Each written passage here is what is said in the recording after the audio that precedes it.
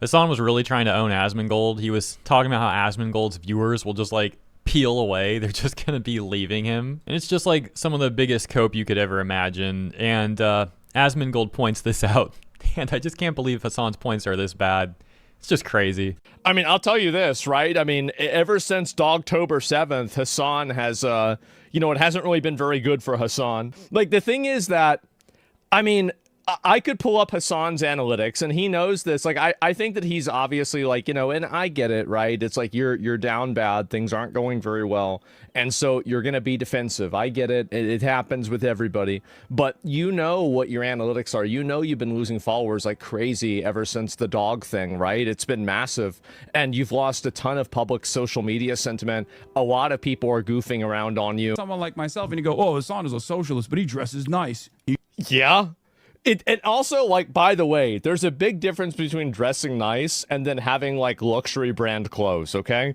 Like, let's not talk about, like, oh, he's just dressing nice. No, you're engaging with tremendous levels of luxury. You're doing it on a regular basis. Everybody sees it. Communism isn't when there's no house, but socialism isn't when no house, but socialism also isn't really when, fucking luxury car, luxury fucking jewelry, luxury clothes, $3 million house, probably $4 million now, good for him. And so, like, really, I mean, you're going a little bit farther, right? You need to go.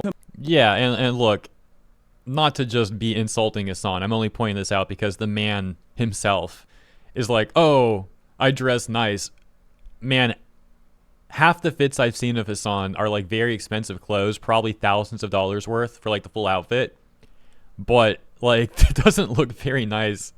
A lot of the time his fits just look really sloppy. And again, I wouldn't be like just saying this out of nowhere if he himself wasn't trying to say that he's like dressing nice and all that.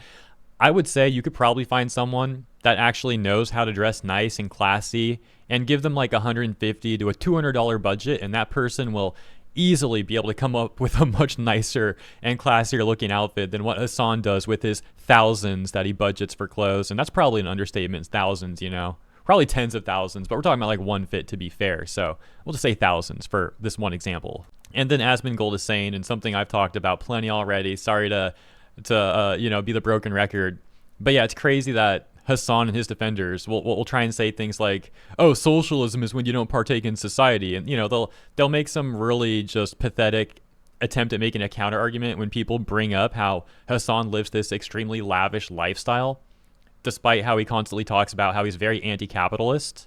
And the man lives a very heavily consumerist, heavily like capitalist lifestyle, buys the most expensive stuff he can, house, dog. Apparently the dog breed's like one of the most expensive dog breeds you can get regarding Kaya, and then he tries to excuse this by saying that he like got Kaya at a pound or something. Yeah, right, bro. Yeah, right. And as mentioned, the car, the house, the clothes, even the dog. It's just so much cope from Hasan and his viewers that they don't acknowledge how consumerist this is. He's really propagating capitalism to a tremendous degree compared to the average person, and yet he's going to act like he's against capitalism. So hypocritical, so tone deaf, such a massive lack of self-awareness. I'm pretty much done making my point there, but it would just be a crime to cut this clip when I'm in the middle of a Star-Lord ult, so I'm kind of just rambling here for a second. And that Magneto player who gave me a shield right there was a very based player. Shout out to that Magneto, even though I didn't get a kill, but we're not going to talk about that part. Let's move on. To my output, listen to my words. My We are looking at the output. That's the problem. positions on things do not change. Let me think if Hasan's positions on things have changed.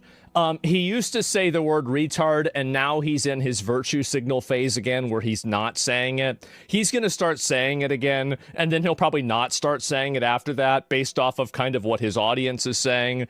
So, like, that's definitely, that's the first one that just immediately comes to mind. It's not a big one. It's a pretty small one, right? But overall, I think that's true. So, yeah.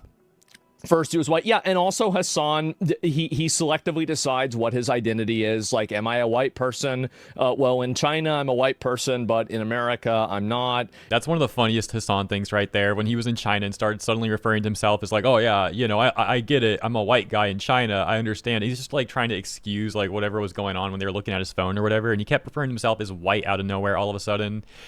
And I said this before too. It's so funny because out of nowhere, iDubbz was like, "Oh, I'm going to be the white Hasan. Yeah, I'm the white Hasan." Like, why would he even want to be like Hasan at all?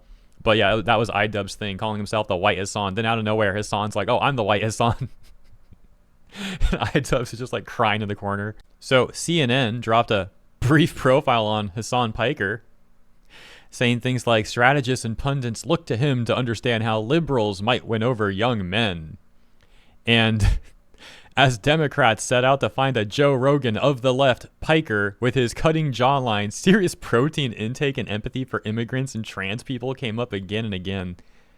Oh my gosh, imagine writing something like this. It gets even worse. They say he's also 6'4" and jacked in an era when the political right is fixated on hyper-masculine attributes. I love how they say that as they're the ones trying to hyper-fixate on this stuff in this article that they're trying to like fluff him up with. He's definitely not jacked either. And again, let me just say, I wouldn't be just like commenting on his appearance unless it was in this context where CNN's trying to fluff the dude up. So now, from the perspective of like, we need to bring stuff back to reality, I will comment on this. And that's to say, if Hasan wants to look jacked, bro needs to go on a bit of a cut. Right now, he's definitely not jacked, despite CNN really trying to say that he is.